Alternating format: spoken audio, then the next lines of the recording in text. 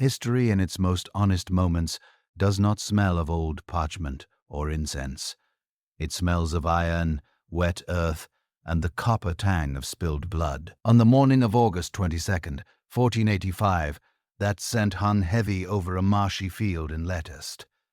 This was Bosworth Field, the final graveyard of the Middle Ages in England. For 30 years, the noble houses of England had been tearing each other apart in a conflict that later poets would romantically christen the Wars of the Roses. Do not let that beautiful name fool you. There was nothing romantic about it. It was a slaughterhouse disguised as a chivalric tournament. The White Rose of York and the Red Rose of Lancaster were not exchanging petals. They were exchanging severed heads. By the time the sun rose on that fateful August day, the English nobility had successfully bled itself dry. Picture the scene. The ground is a churning quagmire of mud and gore. King Richard III, the last of the mighty Plantagenet line, lies dead. He did not die a glorious death, surrounded by weeping angels. He was hacked down like a rabid animal, his helmet beaten into his skull, his naked body stripped of its royal finery and slung over a horse like a sack of potatoes. This was the brutal reality of divine right. God, it seemed, was no longer watching the bloodlines. He was watching the battalions. The people of England were exhausted. They were tired of waking up every morning, not knowing which cousin of which duke was currently wearing the crown. The treasury was as empty as a beggar's cup. The land Wesso, the feudal lords, those petty tyrants who treated the kingdom as their personal chessboard, were either dead, bankrupt, or hiding in their castles, waiting to see who would survive the carnage. In this vacuum of power, silence fell over the battlefield. It was the terrifying silence of a world holding its breath. The old order was dead, lying face down in the mud. The question was, who had the audacity to step over the corpse and claim the future? It would not be a hero in shining armor. It would be a calculating survivor who understood that a crown found in a hawthorn bush is worth just as much as one placed by a bishop, provided you have the sword to keep it on your head. And who was the man stepping out of the shadows to claim this broken prize? It was Henry Tudor. If you were a betting man in the courts of Europe 20 years prior, you would not have placed a single penny on him. He was a ghost in the margins of history, a Welsh nobleman with a claim to the English throne so thin it was practically transparent. His royal blood came through an illegitimate line on his mother's side, a legal technicality that most lawyers would have laughed out of court. For 14 years, Henry had lived as a fugitive in Brittany and France. He was not raised in the velvet lap of luxury. He was raised in the cold draught of exile, constantly looking over his shoulder for assassins sent by the Yorkist kings. He watched from across the narrow sea as the great houses of England devoured one another. He learned a lesson that would define his dynasty. Patience is a sharper weapon than a sword. He did not win the throne because he was the strongest. He won because he was the last man left standing. When the music stopped, the defining image of his coronation on the battlefield was not a solemn ceremony in Westminster Abbey with holy oil and chanting choirs. It was far more gritty, far more real. Legend tells us that Richard III's golden circlet was found tumbled into a prickly hawthorn bush stained with the grime of war. Lord Stanley, a man who had waited until the very last minute to decide which side he was on, plucked it from the thorns and placed it on Henry's head. There is no more potent metaphor for the Tudor era than that, the crown in the hawthorn bush. It was not handed down from the heavens on a beam of divine light. It was scavenged from the dirt, scratched by thorns, and seized by the hands of an opportunist. Henry Tudor looked at that battered piece of gold and understood that to keep it, he would have to be sharper than the thorns that held it. He was an outsider who had just pulled off the greatest heist in medieval history. The rise of the House of Tudor was not merely a change of management. It was a complete rebranding of the English monarchy. Before them, kings were medieval warlords, distant figures who ruled by the strength of their arm. The Tudor were different. They were the first modern politicians, the first CEOs of England. They understood that power was a performance art, and they were the stars of the show. But beneath the velvet robes and the pearls, there lay a deep, festering wound, insecurity. Because their claim to the throne was so weak, the Tudor were paranoid. They were obsessed with legitimacy. This obsession would drive them to madness. It would turn the court into a snake pit where a whisper could lead to the block, and a womb that failed to produce a son was considered an act of treason against the state. Over the next century, this family would take England on a roller coaster ride from the dark superstition of the Middle Ages into the blinding light of the Renaissance. They would break with Rome, not for theology, but for biology. They would burn heretics and behead queens with equal enthusiasm. They would transform England from a misty island of sheep farmers into a global naval superpower. However, let us not be blinded by the glitter of their jewels. The story of the Tudor is at its heart a tragedy about the limits of human control. They tried to bend the world, the church, and even God to their will, all to secure a legacy that would eventually crumble into dust. They were a dynasty that lived by the sword and the wedding ring, and in the end, they were betrayed by their own bodies. Welcome to the Tudor era, where power is a drug and the overdose is fatal. London, in the winter of 1485, was not a city of celebration. It was a city holding its breath. The cobblestones were slick with freezing rain and the filth of a century of neglect. The air did not smell of roasting meats or festive wine. It smelled of vinegar, burning herbs, and the terrifying metallic scent of the Sudor Anglicus, the sweating sickness. This mysterious plague had arrived with Henry Tudor's mercenaries from France, stalking the streets like a phantom assassin. Men would be merry at lunch and dead by dinner, their bodies turning black and steaming with a heat that came from hell itself. It was as if God were demanding a tax for the blood spilled at Bosworth Field. In this atmosphere of apocalyptic dread, Henry Tudor prepared for the most important battle of his life. This battle would not be fought with archers or cavalry, but with bishops, lawyers, and a woman. He had conquered the King Richard III, but he had not yet conquered the kingdom. To the proud, xenophobic English nobility, Henry was still a stranger, a Welshman with a heavy accent, a man who had spent his youth hiding in foreign courts, a man whose claim to the throne was a scribbled footnote in the grand book of royal lineage. He needed a shield. He needed a human talisman that would make him untouchable. He needed Elizabeth of York.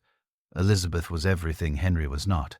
She was the golden child of the late Edward IV, a princess of the House of York, with skin like alabaster and hair like spun gold. He carried the direct, undeniable blood of the Plantagenets in her veins. The people of London adored her. They saw in her the last flickering light of a golden age that had been extinguished by war. For Henry, marrying her was not a matter of the heart. It was a matter of survival. It was a cold, hard calculation. By mixing his muddy, questionable bloodline with her pristine royal pedigree, he would lock the gates against any future usurper. But Henry was a man who trusted no one, not even his future bride. He delayed the wedding for 5 agonizing months. Why? Because of his pride. He was terrified that history would say he was only king because of his wife. He made Parliament declare him king by right of conquest before he even walked down the aisle. He wanted the world to know that he owed his crown to his sword and his God, not to a woman's dowie. Only after he was crowned, only after the Pope in Rome had sent a special dispensation, allowing 2 distant cousins to marry, did he finally agree to the union. On January 18, 1486, the doors of Westminster Abbey swung open. The interior was a cavern of flickering candlelight and drifting incense, designed to overwhelm the senses and silence the doubts of the congregation. Henry stood at the altar draped in cloth of gold, his face an impenetrable mask of calm. He was 30 years old, lean, with thinning hair and eyes that were always moving, always counting, always assessing. Waiting for him was Elizabeth, 20 years old, resplendent in robes of purple velvet, wearing her hair loose down her back, a symbol of virginity that was as politically mandatory as it was spiritually significant. As the Archbishop of Canterbury, Thomas Bowyer, joined their hands, the silence in the abbey was heavy with history. This was not just a man and a woman, it was the red rose and the white rose. The spectators, and who had spent the last 30 years killing each other's fathers and brothers under the banners of York and Lancaster, watched with a mixture of relief and cynicism. They were witnessing the closing of a wound. The Latin prayers rose into the vaulted ceiling, binding two enemies together in the eyes of God. Ego conjuno vos, I join you. But the true genius of this moment was not the wedding itself. It was the branding campaign that followed. Henry VII, the accountant king, understood the power of a logo. He commissioned the creation of the Tudor rose. It was a botanical impossibility, a Franken flower. He took the white rose of York and superimposed it onto the red rose of Lancaster. He plastered this symbol everywhere. It was carved into the stone ceilings of King's College Chapel, embroidered onto the doublets of his Amen, stamped onto the coins that filled the pockets of merchants. It was a visual lie that became a truth through repetition. It screamed, "There is no more York. There is no more Lancaster. There is only Tudor." The night of the wedding, the couple participated in the bedding ceremony. In the 15th century, privacy was a luxury denied to kings. The court needed to know that the union was consummated, that the contract was sealed with biological ink. Henry and Elizabeth were stripped by their attendants, blessed by the bishops, and put into a bed that cost more than a warship. We do not know what words passed between them in the dark. Did they speak of love? Unlikely. They likely spoke of duty. They were two survivors of a shipwreck, clinging to each other because the alternative was drowning, and the merger was successful. Remarkably, efficiently, Elizabeth conceived almost immediately. The machinery of the dynasty had begun to turn. In September, just 8 months later, a timing that raised eyebrows but was glossed over by court poets, she gave birth to a son. They named him Arthur, invoking the legendary king of the Britons, a deliberate attempt to link this new shaky dynasty to ancient mythology. The gamble had paid off. The accountant had balanced the books. The red and white wedding had produced a dividend of flesh and blood. The House of Tudor was no longer an idea. It was a reality. Henry VII had won his crown, but he could not sleep. In the cold stone silence of Sheen Palace, the king lay awake, staring at the canopy of his bed. He was the most powerful man in England, yet he was haunted by ghosts, not the spirits of the dead which a priest could exorcise, but the spirits of the missing. The princes in the Tower, Edward V and Richard, Duke of York, had vanished in 1483. Were they dead? Most likely, but their bodies had never been shown to the public. And in politics, a missing body is a blank canvas, upon which any rebel can paint a revolution. Nature abhors a vacuum, and power abhors uncertainty. Because the princes were missing, they were everywhere. Every shadow in Europe seemed to whisper that the true king was still alive, waiting to reclaim his birthright from the Welsh usurper. And so the pretenders began to rise from the dust, like stage actors stepping into a spotlight. The first act of this fast began in 1487. It was a plot so audacious, so bizarre that it could only have been cooked up in the desperate mind of a defeated Yorkist. A priest named Richard Simmons discovered a 10-year-old boy named Lambert Simnel. Simnel was the son of a joiner, or perhaps an organ maker, a child of common clay, but he had a pretty face and an empty mind, perfect for molding. Simmons taught the boy courtly manners, how to walk, how to speak, and declared him to be the Earl of Warwick, a nephew of 2 kings. The plot moved to Ireland, always a thorn in England's sash. IDA, there in a display of collective delusion, the Irish nobility accepted the boy as king.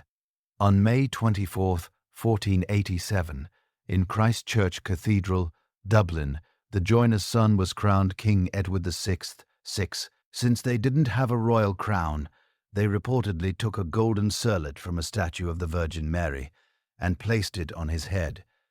It was a blasphemous pantomime. A peasant boy was carried through the streets on the shoulders of giants, while mercenaries from Germany and rebels from England sharpened their swords to invade. This led to the Battle of Stokefield in June 1487. Historians often forget this battle, but it was the real final conflict of the Wars of the Roses. It was a bloody, brutal affair where 4,000 men died in the mud. Henry's forces crushed the rebels. The king was captured. A standard medieval tyrant would have mounted Simnel's head on a spike on London Bridge. It was the logical thing to do, but Henry VIII was not standard. He looked at the trembling 10-year-old boy and saw not a threat, but a joke. He realized that killing a child would make him a martyr. So Henry did something infinitely more cruel and infinitely more brilliant. He gave the boy a job. King Edward VI was sent to the royal kitchens to turn the roasting spits. Imagine the scene. The boy who had worn a crown and been anointed with holy oil was now covered in pig grease, sweating over a fire, while the courtiers he had meant to rule laughed at him. Later, Henry promoted him to the role of the king's falconer. It was a master stroke of psychological warfare. By making the pretender a servant, Henry proved that the rebellion was not a tragedy. It was a comedy. He didn't just defeat his enemies, he made them look ridiculous. But the laughter stopped in 1491. The second ghost appeared, and this one was no joke. Enter Perkin Warbeck. If Simnel was a rough draft, Warbeck were. The masterpiece, he was a handsome young man from Torah, a boatman's son with the charisma of a prince and the acting skills of a master thespian. He claimed to be Richard, Duke of York, the younger of the princes in the Tower. Warbeck was dangerous because he was backed by the most powerful woman in northern Europe, Margaret of Burgundy. She was the sister of the dead Richard III, a woman who hated Henry Tudor with a burning obsessive passion. She was the diabolical Duchess, the financier of treason. She welcomed Warbeck into her court, acknowledged him as her nephew, and taught him the intimate secrets of the York family to perfect his disguise. For 6 long years, Warbeck was the White Rose of England, a wandering celebrity who toured the courts of France, Scotland, and Austria. Monarchs who wanted to weaken England treated him like royalty. James IV of Scotland even married him to a noble woman, Lady Catherine Gordon. Henry VIII was frantic. His spies were everywhere. In the docks of Antwerp, the taverns of Paris, the back alleys of Edinburgh, hunting for the truth of this man's origin, Henry fought Warbeck, not with armies, but with economics. When Burgundy supported the pretender, Henry banished all Flemish merchants from England. He embargoed the wool trade, choking the Flemish economy until they begged for mercy. He signed the Magnus Intercursus, the Great Intercourse, a trade treaty that forced foreign powers to stop sheltering English rebels. Henry essentially starved the pretender of support. When Warbeck finally landed in Cornwall in 1497 to launch his invasion, his army was a ragtag mob of farmers armed with pitchforks. When he saw the king's banners approaching, the prince panicked. The mask slipped. He abandoned his wife and his men and fled to sanctuary in an abbey. Captured and brought before Henry, the Duke of York, as forced to read a confession detailing his true life as a boatman's son. Henry, ever the pragmatist, initially let him live at court, treating him like a curious pet, but Warbeck could not accept his fate.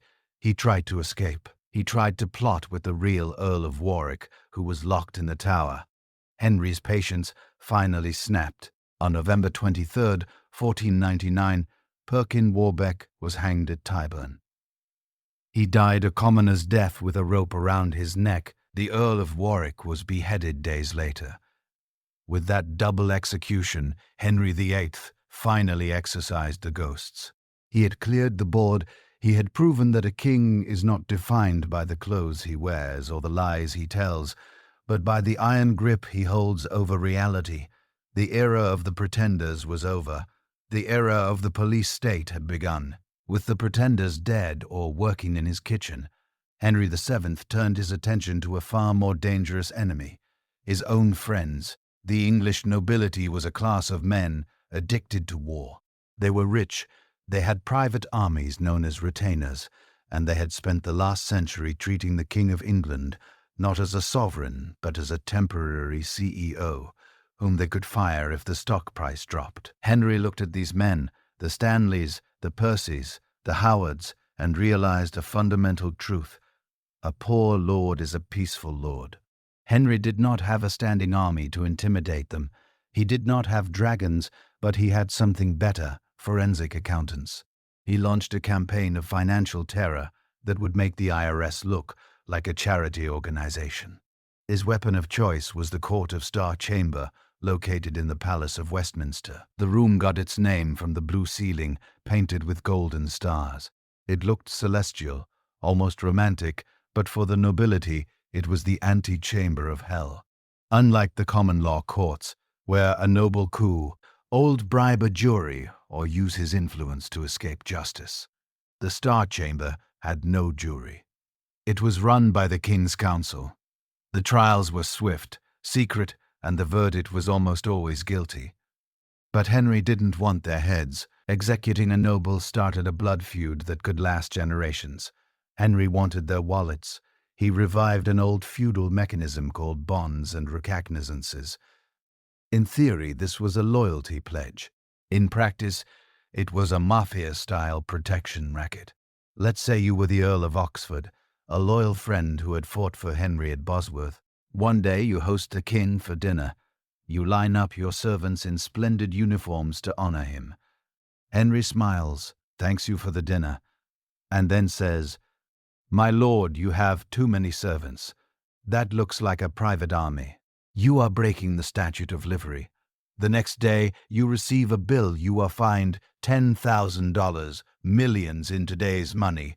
You cannot pay it." Henry smiles again. "Do not worry," he says. "You don't have to pay it now. Just sign this bond admitting you owe me the money. As long as you remain loyal, I won't collect it." Snap. The trap closes. You are no longer a free lord. You are a debtor.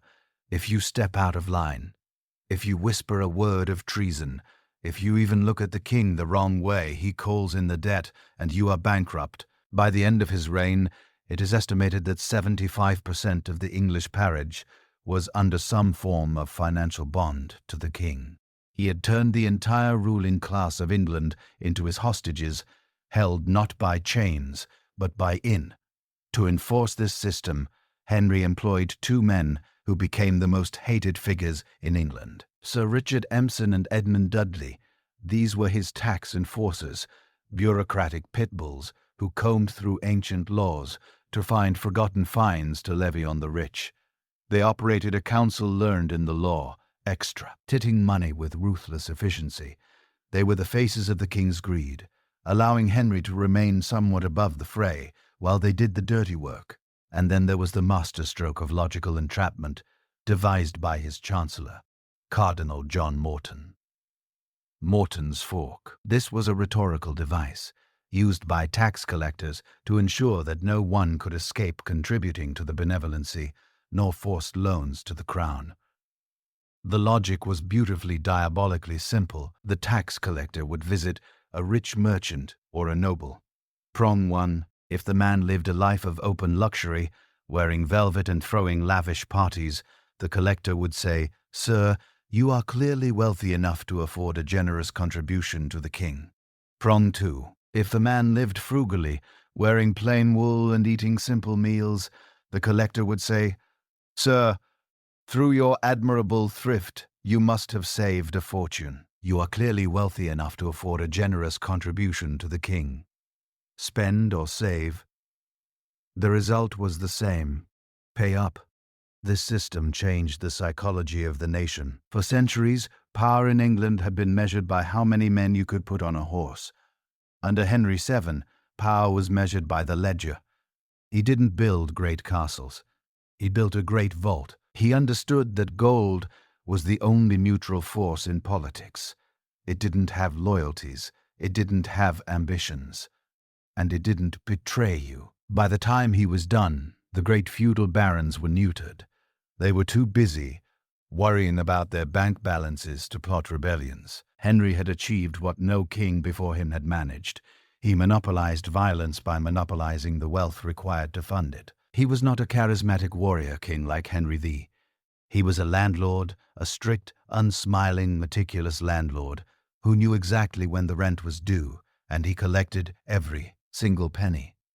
By the spring of 1509, the most feared man in England was wasting away. Henry VIII lay in his bedchamber at Richmond Palace, a magnificent riverside residence he had rebuilt after a fire, filling it with glass windows and golden tapestries. But no amount of luxury could stop the consumption, tuberculosis that was eating his lungs.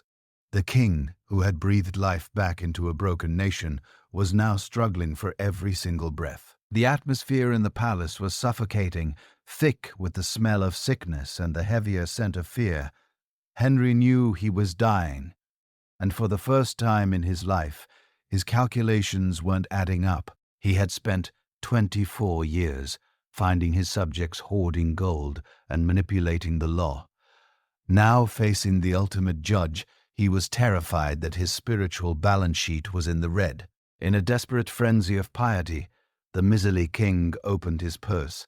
He ordered that 10,000 masses be sung for his soul. He gave alms to the poor on a scale never before seen, distributing silver pennies to beggars in the hope that their prayers would drown out the curses of the nobles he had bankrupted. He even issued a general pardon, emptying the prisons of petty criminals. It was the behavior of a man trying to bribe God at the last minute. He was rewriting his will daily, obsessing over the details of his funeral, ensuring that even in death he would control the narrative. On April 21st, 1509, the struggle ended. Henry VIII died at the age of 52. His death was initially kept secret for 2 days, a classic Tudor move, while his counselors secured the transition of power. When the news finally broke, the reaction of the English people was not one of mourning, but of a collective, exhausted exhale. There were no tears in the streets. Instead, there was a quiet dismantling of his machinery of terror. His 2 attack dogs, MPs, On and Dudley, were immediately arrested and thrown into the Tower. It was the perfect scapegoating operation. The new regime blamed the dead king's agents for the dead king's greed, and then the sun came out. Emerging from the shadow of the miser was his son, Henry VIII. If Henry VII was winter, grey, cold, and biting, then Henry VIII was the glorious first day of summer. He was 17 years old, turning 18 in June, standing 6'2" in tall, with a chest like a barrel and hair that shone like spun copper. He was not just a king, he was a demigod. Young Henry was the ultimate spare who had become the heir. He had been raised in a predominantly female household, educated by poets and priests, trained to be a leader of the church because his older brother Arthur was supposed to be the king. This upbringing had created a unique specimen, a prince who could wrestle a man to the ground, compose a mass in 5 parts, speak fluent French and Latin, and dance until dawn. He was pious, yes, but he was also bursting with a vitality that terrified the old men of the council. The contrast was blinding. Henry VII had sat in dark rooms counting coins. Henry VIII rode through the streets of London in cloth of gold, throwing money to the crowd. Henry VIII had avoided war at all costs. Henry VIII dreamed of conquering France and reviving the days of Azincourt. Henry VII had treated the nobility like criminals. Henry VIII treated them like drinking buddies. The young king's first acts were designed to signal a new golden age. He married Catherine of Aragon, his dead brother's widow, fulfilling a diplomatic promise his father had dragged his feet on. It was a chivalric gesture, a young knight rescuing a Spanish princess from limbo. The coronation was a spectacle of unbridled optimism. As the crown of St. Edward was placed on his head, the English people truly believed that the dark days were over. Little did they know they had just traded a cold, calculating accountant for a narcissistic rock star. Henry VII had left his son a solvent government, a stable throne, and a vault containing nearly $1.5 million, equivalent to billions today. To Henry VIII, this wasn't a safety net. It was an allowance. The chief accountant was dead, and the biggest spending spree in English history was about to begin. The vault doors were thrown open, and the road to the Reformation was paved with his father's hard-earned gold. If you close your eyes and picture Henry VIII, what do you see? You likely see the Hans Holbein portrait, a colossal square-faced slab of a man, his eyes small and piggish, his mouth set in a cruel line, his body a mountain of rotting flesh wrapped in velvet, standing with legs wide apart, as if straddling the sheer weight of his own ego.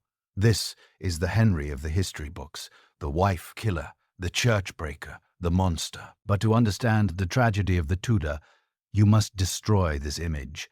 You must travel back to 159. When Henry ascended the throne at 18, he was not a monster. He was a miracle. He was the golden prince of Christendom. Standing 6'2" in tall, a giant in an age of malnutrition, he possessed a physique that would have put a modern Olympian to shame. He had a 32 in waist, broad shoulders and calves that were the envy of Europe.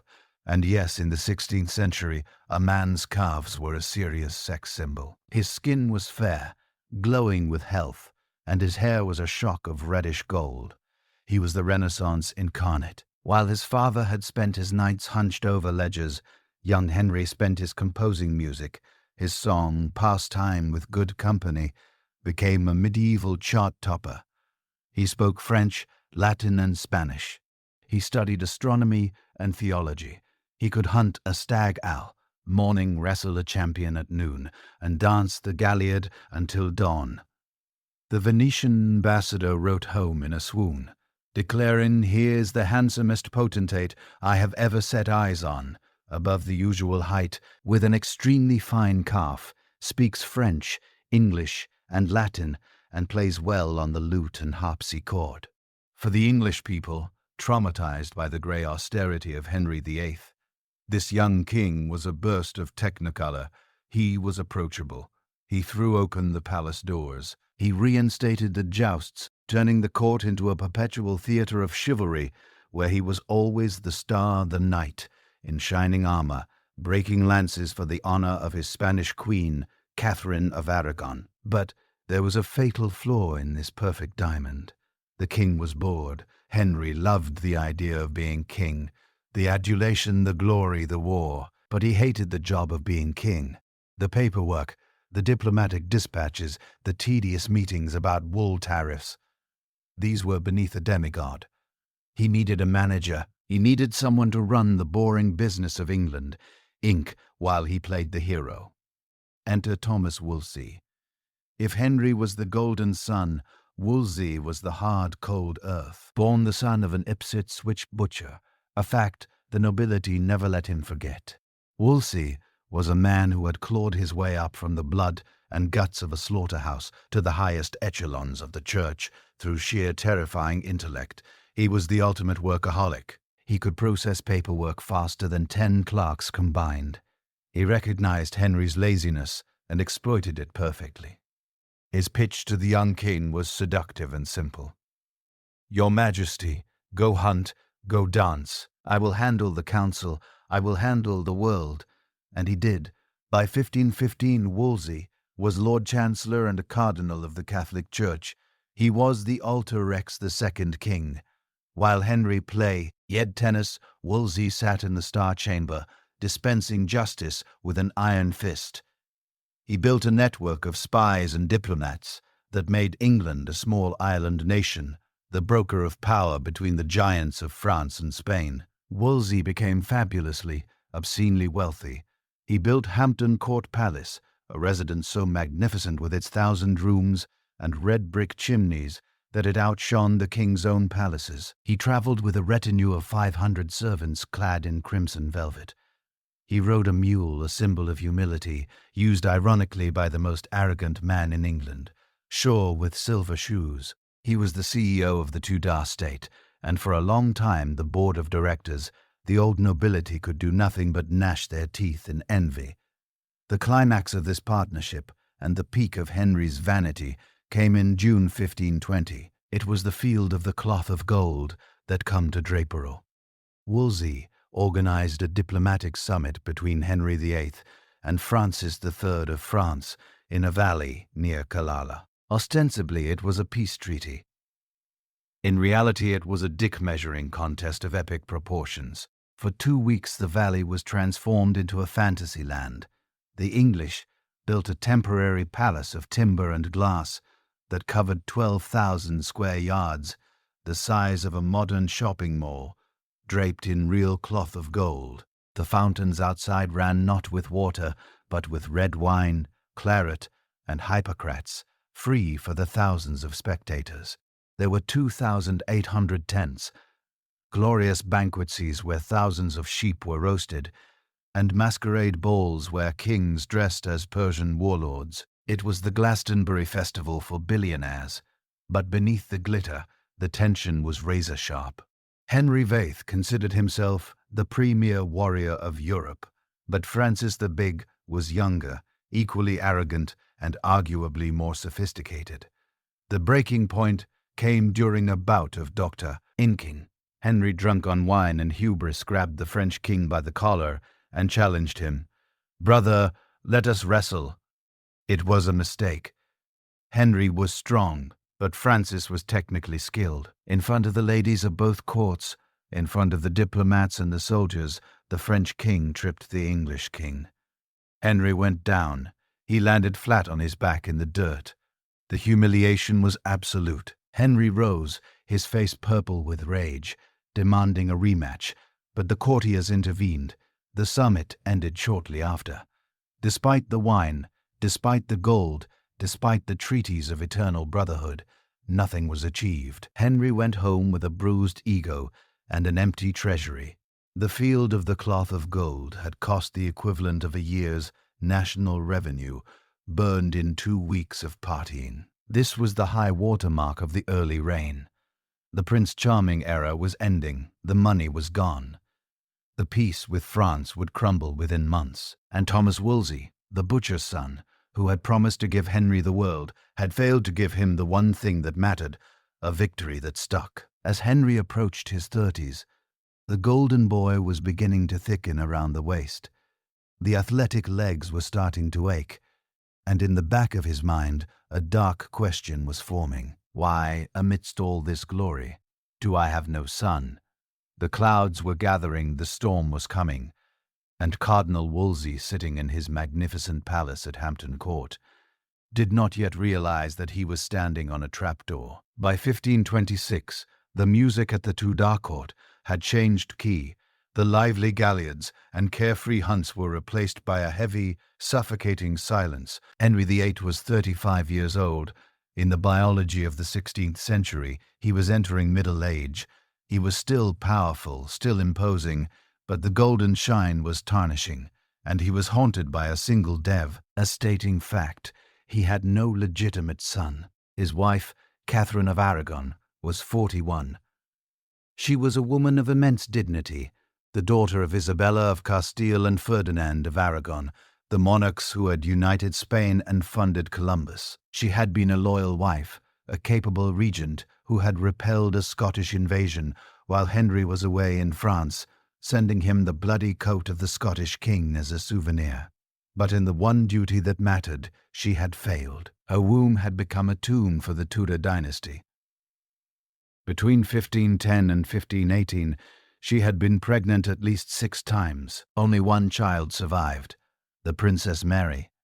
To Henry, a man whose ego required the cosmos to revolve around him, this was not biological bad luck. It was a message from God. He began to scour the Bible for an explanation.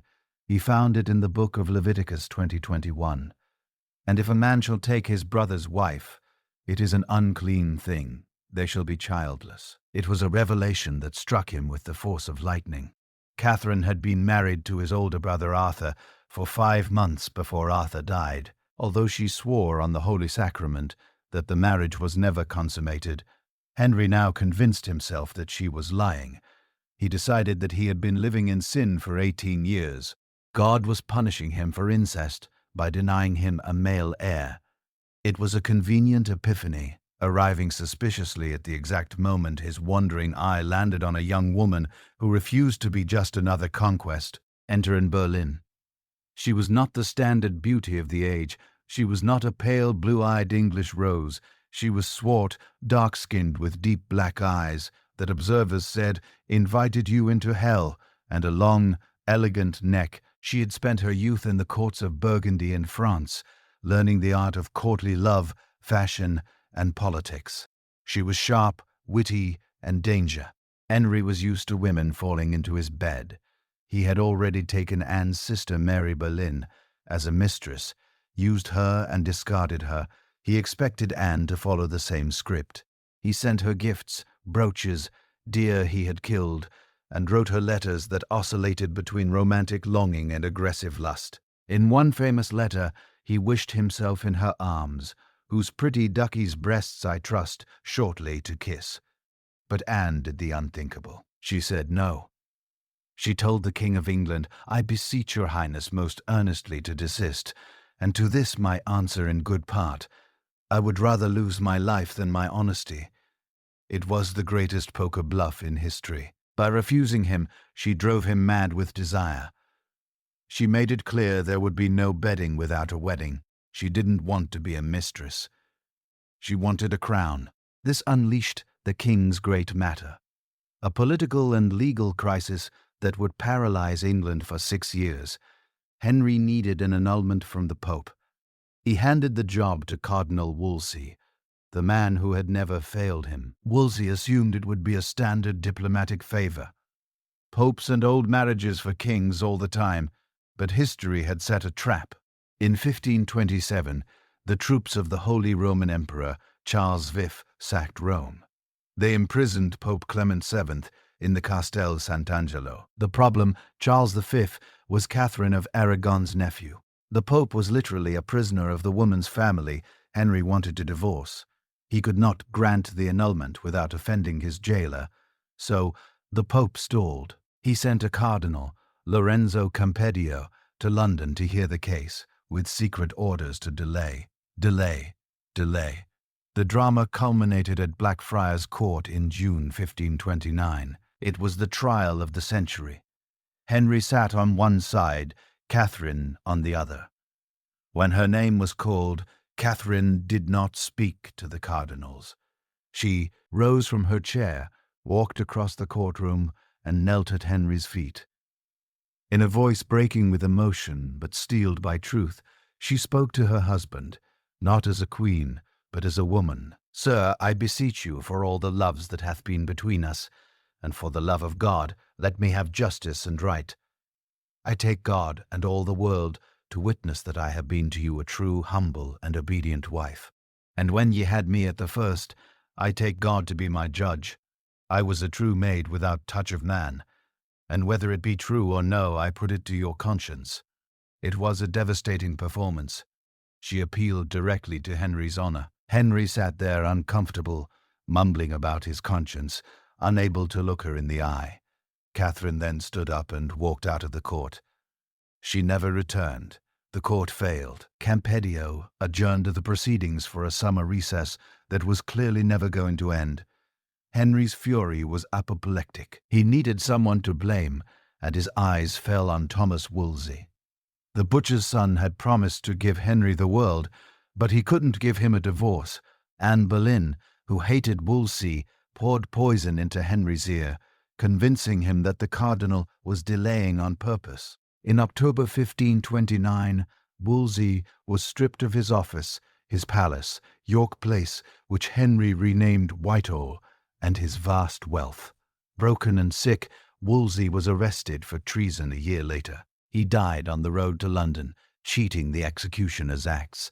His final words were a haunting epithet for anyone who serves a tyrant. Had I but served my God with half the zeal I served my king, he would not in mine age have left me naked to mine enemies. Henry was now alone. He had no divorce. He had no son. He had an angry wife who refused to leave, and a hungry girlfriend who refused to put out. The great matter had hit a brick wall, but where Lacy saw a wall, a new breed of advisers. Thomas Cromwell and Thomas Cranmer saw a door. They whispered a radical, terrifying idea. If the Pope won't give you what you want, why do you need a Pope? When the door to Rome slammed shut, Henry VIII did not stand outside knocking. He decided to burn the house down. The great matter had evolved from a marital dispute into a geopolitical earthquake. Henry was done asking for permission. He was done with cardinals who served two masters. He needed a new kind of weapon, and he found it in the form of a man named Thomas Cromwell. If Wolsey had been the king's lion, Cromwell was his viper. Born in Putney, the son of a blacksmith and a brewer, Cromwell was a man with a past so shady it was practically pitch black. He had been a mercenary soldier in Italy, a merchant in Antwerp, and a moneylender. He had read Machiavelli's The Prince before it was even cool. While Wolsey loved the pomp and ceremony of power, Cromwell loved the mechanics of it. He understood that the true power of a king lay not in his sword, but in his parliament. Cromwell whispered a seductively dangerous idea into Henry's ear. "Your Majesty, the Pope is a foreign prince who steals your authority and your taxes. Why should a bishop in Italy tell the King of England whom he can marry? Make yourself the Pope. Nationalize the Church." It was the ultimate power move. In 1534, Cromwell pushed the Act of Supremacy through Parliament. It was a piece of paper that weighed more than all the stone in St. Paul's Cathedral. It declared Henry VII to be the supreme head on earth of the Church of England. With a stroke of a quill, 1,000 years of history were severed. The Pope was demoted to merely the Bishop of Rome, a foreign interloper with no jurisdiction on English soil.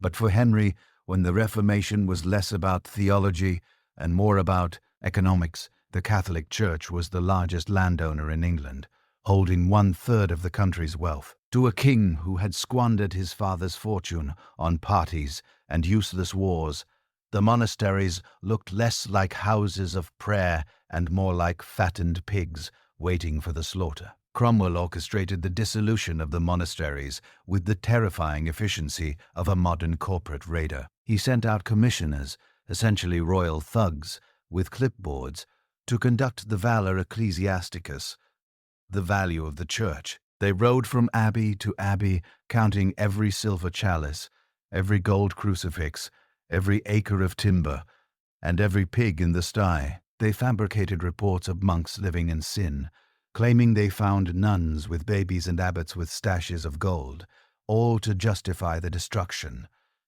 Then the looting began. It was the greatest transfer of wealth in English history. A state-sponsored smash and grab. Imagine the scene at the great abbeys like Fountains, Tin, or Glastonbury. Soldiers smashed down the doors. The lead was stripped from the roofs to be melted down for cannonballs. The stained glass, which had told the stories of the Bible to illiterate peasants for centuries, was shattered into dust. The great libraries housing manuscripts from the Dark Ages were ripped apart. Pages of ancient wisdom were used to clean boots, wrap fish, or wipe backsides. The shrine of St. Thomas Becket at Canterbury, the holiest site in England, was destroyed. Henry summoned the dead saint to court to face charges of treason. He didn't show up, and then his bones were burned and his ashes scattered. The golden jewels from the shrine were carted off in 26 wagons to the king's treasury. The landscape of England was permanently scarred. The majestic skeletons of these abbeys still stand today, haunting reminders of the violence that birthed the Anglican Church. But you cannot steal God's property without silencing God's defenders. The Reformation was not a bloodless transition. It was a reign of terror. The oath of supremacy required every public figure to swear allegiance to Henry as the head of the Church. To refuse was treason. To refuse was death. And here lies the tragedy of Sir Thomas More. More was the intellectual giant of his age, the author of utopia and Henry's former Lord Chancellor and close friend. He was a man of unshakable conscience, who wore a hair shirt under his velvet robes to mortify his flesh. He could not swear the oath. He believed that a secular king could not command the spiritual soul. But unlike other rebels, More did not shout. He remained silent. He used the law as his shield, arguing that in English law, silence implies consent. But Henry's love had turned to hate. He didn't just want More's obedience, he wanted his soul.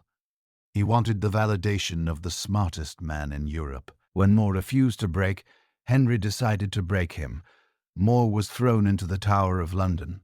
The damp cell rotted his health, but not his resolve. At his trial in Westminster Hall, the fix was in. Perjured testimony claimed More had denied the king's title. He was sentenced to be hanged, drawn, and quartered, a savage punishment commuted by the king's mercy to beheading. On July 6, 1535, Thomas More walked out onto Tower Hill. His beard had grown long and grey, and he walked with a cane, but his wit was as sharp as ever. As he climbed the rickety stairs to the scaffold, he turned to the lieutenant of the tower and said, "I pray you, Master Lieutenant, see me safe up, and for my coming down let me shift for myself." He knelt before the block. He recited the psalm Miser. Then, in a final act of defiance and dignity, he carefully moved his beard away from the block, remarking to the executioner, "This hath not offended the king." The axe fell. The head of the man who had been the conscience of England was stuck on a pike on London Bridge, parboiled to prevent it from rotting too quickly. Henry VIII had won. He had his divorce. He had his new church. He had the wealth of the monasteries flowing into his coffers.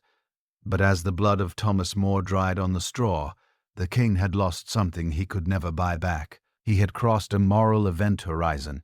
The Prince Charming of 159 was dead. In his place stood a tyrant who realized that if he could kill the Pope's authority and kill his own best friend, then there was absolutely nothing and no one he could not destroy. In the history of the Tudor dynasty, no figure is as polarizing, as mesmerizing, or as tragic as Anne Boleyn. She promised Henry the world. She promised him a son. In exchange, he tore down the pillars of heaven for her. But in the ruthless accounting of the Tudor court, passion is a depreciating asset. Anne Boleyn was queen for exactly 1,000 days. Her rise was a slow, agonizing climb of 6 years. Her fall was a terrifying vertical drop that took less than 3 weeks. By January 1536, the air in the royal apartments had turned toxic. The passion that had once driven Henry to defy the Pope had curdled into irritation. Anne was not a submissive wife. She was brilliant, opinionated, and sharp-tongued. She argued with Henry about politics, about religion, about money. In the early days, her fire had excited him. Now it exhausted him. Henry was 44, aging, hurting, and increasingly paranoid. He didn't want a debate partner. He wanted a nurse and a broodmare. Then fate played its cruelest card. On January 29th, 1536, the day Catherine of Aragon was buried at Peterborough Cathedral, Anne Boleyn went into labor prematurely. She was roughly 3½ months, pregnant. The child was born dead. It was a boy.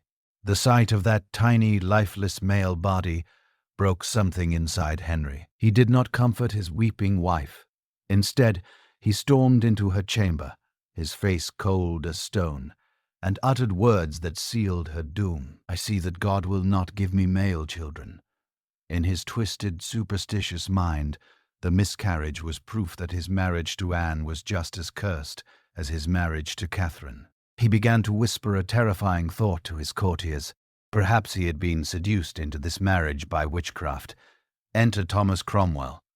The man who had helped Anne rise now realized that she was a liability. Anne and Cromwell had clashed over the money from the dissolved monasteries. She wanted it spent on education and charity. He wanted it for the king's pocket and his own. Seeing the king's affection shifting to a plane quiet girl named Jane Seymour. Cromwell decided to execute a coup. He didn't just want Anne gone, he wanted her destroyed. He constructed a dossier of lies so vile, so grotesque, that it stunned the nation. He accused the Queen of England of adultery with 5 men, a musician, 3 courtiers, and in a stroke of sadistic genius, her own brother, George Boleyn. The charge of incest was necessary to suggest that Anne was a moral monster, a witch who had corrupted the king's virility. On May 2nd, 1536, Anne was arrested and taken to the Tower of London by barge. She entered through the Traitor's Gate, collapsing on the wet stones, alternating between hysterical laughter and prayer. Her trial was a show trial in the truest sense. Presided over by her own uncle, the Duke of Norfolk, she was forced to listen as men described in graphic detail sexual acts she had never committed. She defended herself with a dignity and clarity that shamed her accusers, but the verdict was written before, or the trial began. Guilty. She was sentenced to be burned or beheaded at the king's pleasure. Henry, in a final act of twisted mercy, spared her the fire. He also spared her the clumsy English axe, which often took several hacks to sever a head. He imported a master swordsman from Killala, an expert who could do the job in a single lightning-assed stroke. On the morning of May 19th, 1536, Anne walked out onto Tower Green. She wore a robe of dark grey damask with a crimson petticoat, the colour of Catholic martyrdom, perhaps a final ironic statement. She made a short speech, careful not to criticize the king to protect her daughter Elizabeth's future. I pray God save the king, and send him long to reign over you, for a gentler nor a more merciful prince was there never. The crowd was silent. Anne knelt. She did not use a block in the French style. She knelt upright. She repeated a prayer. To Jesus Christ, I commend my soul. The swordsman, in a moment of professional grace, called out to his assistant, Boy, fetch me my sword, to distract Anne. As she turned her head toward the voice, the blade sang through the air. It was so fast that some said her lips continued to move for seconds after her head hit the straw. A cannon fired from the tower walls. Miles away, hunting in Richmond Park, Henry heard the boom. He did not weep. He pulled his horse around and rode to see Jane Seymour. The rise of the anti-Anne. If Anne Boleyn was a glass of spicy red wine, Jane Seymour was a cup of warm milk. She was not beautiful. She was pale, quiet, and barely literate. But she possessed the one quality Henry now craved above all else, silence. Her personal motto was bound to obey and serve. They were betrothed within 24 hours of Anne's execution and married 10 days later. It was grotesque, but to Henry it was a fresh start. He wiped Anne from history. Her badges were chiseled off the palace walls. Her name was painted over. Jane understood her assignment perfectly. She did not argue. She did not meddle. She simply existed to incubate. And in 1537, the biological slot machine finally paid out. Jane announced she was pregnant. Henry treated her like a porcelain doll. He imported quails from Killala because she craved them. He canned his summer progress to stay by her side. On October 12, 1537, at Hampton Court Palace, after a labor that lasted 2 days and 3 nights, Jane Seymour gave birth to a healthy boy, Edward. The explosion of joy was seismic. Bonfires were lit on every hilltop in England. Wine flowed in the gutters of London. A 2,000-gun salute was fired from the tower. Henry knelt and wept. He finally had it. The proof that God had forgiven him, the future of the dynasty, but the price of the son was the mother. The labor had been brutal. Jane contracted puerperal fever, a bacterial infection of the womb caused by the lack of hygiene in Tudor medicine. As the infection raged through her blood, Henry sat by her bedside. For the first time, the tyrant was genuinely terrified.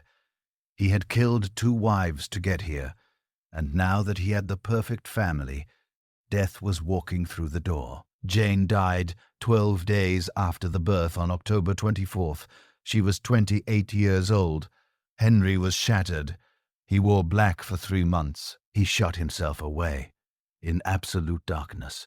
He would not marry again for 3 years, a lifetime for him. In his mind, Jane became the true wife, not because she was smarter or better than Catherine or Anne, but because she had done her duty and then had the good sense to die before she could disappoint him. She was frozen in time as the perfect mother, the martyr who gave her life for the Tudor crown. When Henry eventually died in 1547, he left instructions to be buried in the vault at St. George's Chapel, Windsor. He did not choose to lie next to the Spanish princess or the seductive witch. He chose to lie next to Jane. There they lie today, the tyrant and the quiet girl, united by the boy who cost her life, a boy who tragically would not live long enough to save the dynasty they died for. By 1540, the sun of the Tudor dynasty was setting. But it was not a gentle twilight. It was a grotesque, fiery collapse. Henry VIII, once the golden prince who danced until dawn, had transformed into a physical and moral monstrosity. He was 49 years old, but he looked 70. His waistline had expanded to a staggering 54 in. He weighed nearly 400 pounds, 180 kil. He could no longer walk upstairs. Instead, he had to be hoisted between floors at Whitehall and Hampton Court, using a humiliating system of ropes and pulleys, like a bead whale being moved by crane. But the weight was not the worst part. It was the smell. The jousting injury on his leg from 1536 had reopened, turning into a chronic ulcerated wound that oozed pus and blood. It refused to heal. The stench of rotting flesh radiated from the King of England, a smell so overpowering that his grooms had to soak the floorboards in strong perfumes just to make the room breathable. This constant agonizing pain turned Henry into a volatile addict of cruelty. He was paranoid, moody, and quick to sign death warrants as a way to vent his frustration. Yet incredibly, he was lonely. He wanted love, or rather, he wanted the fantasy of love to distract him from the horror of his own reflection. The Flanders May, and the fall of the architect Thomas Cromwell, always the pragmatist, decided that the king needed a political alliance, not a romance. He turned his eyes to Germany, to the Protestant state of Cleves. He showed Henry a portrait of Anne of Cleves, painted by the master Hans Hollein. In the painting, Anne looked serene, dignified, and beautiful. Henry fell in love with the canvas. He agreed to the marriage site unseen. It was the 16th century equivalent of a catfish, an online dating disaster. When Anne arrived in Rochester on New Year's Day 1540, Henry was so excited that he rushed to meet her in disguise, expecting a fairy tale moment. Instead, he recoiled in horror. She was tall, big-boned, and had a face that Henry, cruel and shallow, found repulsive. He stormed out of the room, shouting at Cromwell, "I like her not, I like her not." He called her the Flanders mare, a heavy war horse. He claimed he could not consummate the marriage because of her looseness and unpleasant smells. It was a rich accusation coming from a man with a rotting leg, but kings do not own mirrors. The marriage was annulled after just 6 months. Anne of Cleves was smart. She didn't fight. She accepted the title of the king's beloved sister, a massive annual income, and Hever Castle, the former home of Anne Boleyn. She survived by accepting the friend zone. Thomas Cromwell was not so lucky. The failure of the Cleves marriage gave his enemies, led by the Duke of Norfolk, the opening they needed. On June 10, 1540, during a council meeting, the captain of the guard walked in and arrested Cromwell. The man who had destroyed the monasteries, broken the Pope, and reshaped England was dragged to the Tower. He wrote desperate letters to Henry. "Most gracious prince, I cry for mercy. Mercy, mercy." Henry did not listen. On July 28, 1540, the very day Henry married his 5th wife, Cromwell was beheaded. The executioner was reportedly drunk and took several hacks to sever the neck of the Tudors' greatest administrator. While Cromwell's blood was still wet on the scaffold, Henry was marrying Catherine Howard. She was the niece of the Duke of Norfolk, and she was barely 19 years old. Henry was 49. To Henry, Catherine was a miracle. He called her his rose without a thorn. She was bubbly, giggly, and sexually alluring. She made him feel young again. He showered her with diamonds, pearls, and lands. He was besotted, deluding himself into believing that this teenager genuinely loved a morbidly obese, smelling old man. But Catherine was not a political player. She was a foolish child. She had a past, sexual histories with men before her marriage, and she soon got bored of her husband's ulcerated leg. In the spring of 1541, during a royal progress to the north, she began meeting secretly with Thomas Collop Pepper, a handsome young courtier and one of Henry's favorites. They met in back stairwells and darkened rooms, aided by the twisted Lady Rowford, the woman who had betrayed Anne Boleyn. When the affair was discovered, Henry's reaction was terrifying. He didn't rage. He wept. He sat in his council chamber and cried like a baby, lamenting his ill fortune with women. Then the sorrow turned to cold, homicidal fury. Culpeper was beheaded. Catherine's former lovers were hanged, drawn, and quartered, and on February 13th, 1542, Catherine Howard was led to the block. She was so terrified she had to be carried part of the way. She was small, pale, and shivering. She asked for the block to be brought to her cell the night before so she could practice how to lay her head on it. She died not as a queen, but as a frightened girl who had played a game she didn't understand. Henry was now a wreck. He was a serial widower with a bad leg and a worse temper. Who would marry such a man? Enter Catherine Parr. She was a wealthy widow twice over. She didn't want to marry Henry. She was in love with Thomas Seymour, Jane Seymour's brother. But when the king commands, you obey. They married in 1543.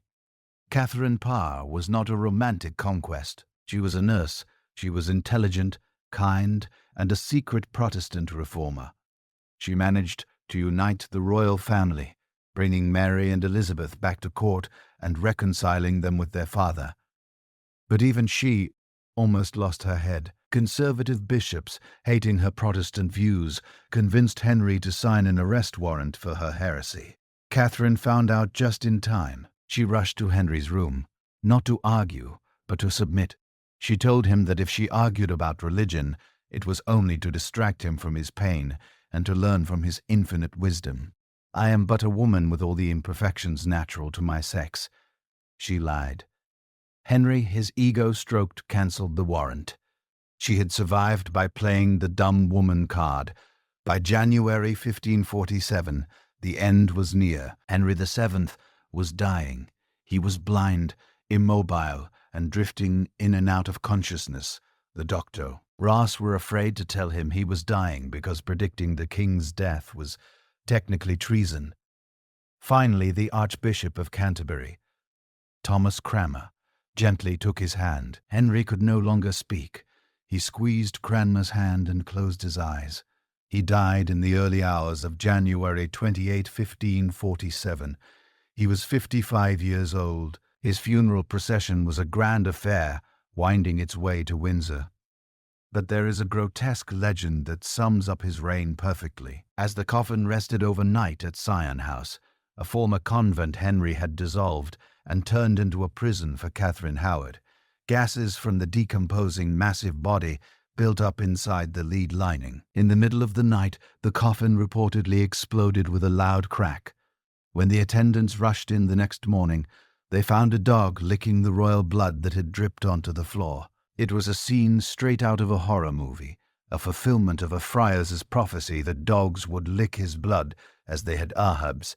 Henry VII left behind a country that was financially ruined. He had debased the currency, religiously schizophrenic, and ruled by a 9-year-old boy. He had torn the world apart to get a son. He had executed 2 wives, a cardinal, a saint, more, and a genius, Cromwell. He had spent a fortune equal to billions. And for what? As the vault at Windsor closed over his massive rotting corpse, the Tudor dynasty was more fragile than it had been on the day he took the crown. When the massive coffin of Henry VIII was finally lowered into the crypt at Windsor, the crown passed to a 9-year-old boy. Edward VI was the Tudor dynasty's golden ticket. He was the son Henry had torn the world apart to get. But if the people of England expected a miniature version of his father, a boisterous, feasting prince, they were in for a shock. Edward was Henry's opposite in every way. Where the father was flesh, the son was spirit. Where the father was a chaotic storm of passions, the son was a cold, intellectual glacier. We often imagine child monarchs as puppets, weak little things sitting on oversized cushions while adults pull the strings. And it is true, the adults were circling. Edward's uncle, Edward Seymour, the Duke of Somerset, immediately seized control, naming himself Lord Protector. He was a man of boundless greed who treated the state treasury like his personal piggy bank. But do not underestimate the boy. Edward VI was terrifyingly precocious. He didn't play with toy soldiers. He played with theology. He was a radicalized Protestant, a young Josiah who believed his divine mission was to finish the job his father had started, not just to break the Pope, but to scrub the Catholic stain off the soul of England. Under Edward, the English Reformation shifted from a political land grab to a cultural lobotomy. In 1547, the order went out, destroyed the idols. For 1,000 years, the English parish church had been a riot of color and sensory magic. The walls were covered in vivid murals depicting the saints, the Virgin Mary, and the terrors of doomsday. The air was thick with incense. The windows glowed with stained glass. To the illiterate peasant, the church was a picture book of salvation. Edward's regime declared war on this beauty. It was the stripping of the altars. Bands of iconoclasts, sanctioned vandals, stormed into villages with hammers and whitewash. They smashed the stained glass windows, leaving the floors jagged with the broken faces of apostles. They tied ropes around the necks of stone statues of the Virgin Mary and dragged them through the mud like common criminals before burning them in the town squares. The rude screens, the intricate wooden carvings separating the altar from the people, were hacked down. And in came the whitewash. Gallons of lime were slapped over the ancient medieval murals. The saints, the angels, the demons, all were buried under a blinding puritanical white. The church was no longer a place of mystery. It was a lecture hall. The sensory deprivation was total. The Latin Mass with its chanting and bells was banned. In its place came the Book of Common Prayer written by Archbishop Thomas Cranmer. It was a masterpiece of the English language, but to the people of Devon and Cornwall, it sounded like a Christmas game. They didn't want English. They wanted the holy mystery of God's language. In 1549, they rose up in the Prayer Book Rebellion. They demanded the return of the Mass. Edward's government responded not with Bibles, but with German mercenaries. Thousands of English peasants were slaughtered for the crime of wanting to pray in the language of their ancestors. Edward watched all of this from his palaces with a detachment that bordered on sociopathy. His journal entries from this time are chilling. He records the executions of his own uncles. Somerset eventually fell and was beheaded by his rival John Dudley with the same emotional temperature as someone noting the weather. The Duke of Somerset had his head cut off upon Tower Hill between 8 and 9 o'clock in the morning. He wrote, "No tears, no regret, just data. But biology does not care about theology. The Tudor curse, the weak lungs, the fragile constitution came for the boy king. By the winter of 1553, at the age of 15, Edward was dying. He was coughing up black putrid matter, and his body was swelling. As he lay in his bed at Greenwich Palace, staring at the ceiling, he was gripped by a singular terror. It wasn't the fear of death. It was the fear of his sister, His heir by the laws of succession was his older sister Mary. Mary was the daughter of Catherine of Aragon, and she was a Catholic zealot. Edward knew with mathematical certainty that the moment Mary put on the crown, she would bring back the Pope. She would bring back the incense, the statues, and the Latin Mass. She would repaint the white walls. Edward's life's work, his New Jerusalem, would be erased. In a final act of desperation, the dying boy tried to play God. He wrote a document called the Device for the Succession. In it, he bypassed both his sisters, Mary too Catholic and Elizabeth too moderate, and handed the crown to his cousin, a teenage girl named Lady Jane Grey. It was illegal. It was unconstitutional. But Edward didn't care. He was trying to rule from the grave. On July 6th, 1553, the last breath rattled out of the boy's chest. A thunderstorm raged over London that night, turning the sky black. The people whispered that it was an omen. The whitewashed experiment was over. The color was about to come back to England, but it would be the color of blood. History is often a chronicle of wolves, men like Henry VII or Thomas Cromwell, who eat the world to satisfy their hunger. But sometimes history pauses to record the fate of a lamb. Lady Jane Grey was the most innocent victim of the Tudor Game of Thrones. She was not a player, she was the ball. To understand her tragedy, you must look at her parents. Her father, the Duke of Suffolk, and her mother, Frances Brandon, Henry VIII's niece, were social climbers of the worst variety. They viewed their daughter not as a child to be loved, but as a political asset to be liquidated. While other girls learned to dance, Jane was forced to learn Greek, Latin, and Hebrew. She was whipped if she didn't stand up straight. She was pinched if she didn't speak perfectly. She found refuge only in books. While her parents went hunting in the park, Jane sat indoors, reading Plato's Phaedo, a text about the immortality of the Sioux. It was a grim preparation for a girl who would soon need all the spiritual comfort she could get. Enter the villain of the piece, John Dudley, Duke of Northland. Dudley was the man ruling England on behalf of the dying Edward VI. He knew that if the Catholic Mary took the throne, his career and likely his head would be finished. So he concocted a desperate illegal scheme. He married his son, Guilford Dudley, to Jane Grey. Then he bullied the dying King Edward into signing the devise for the succession, diverting the crown to Jane. Jane knew nothing of this. When she was summoned to Sion House on July 9th, 1553, 3 days after the king's death, she thought she was there for a dinner party.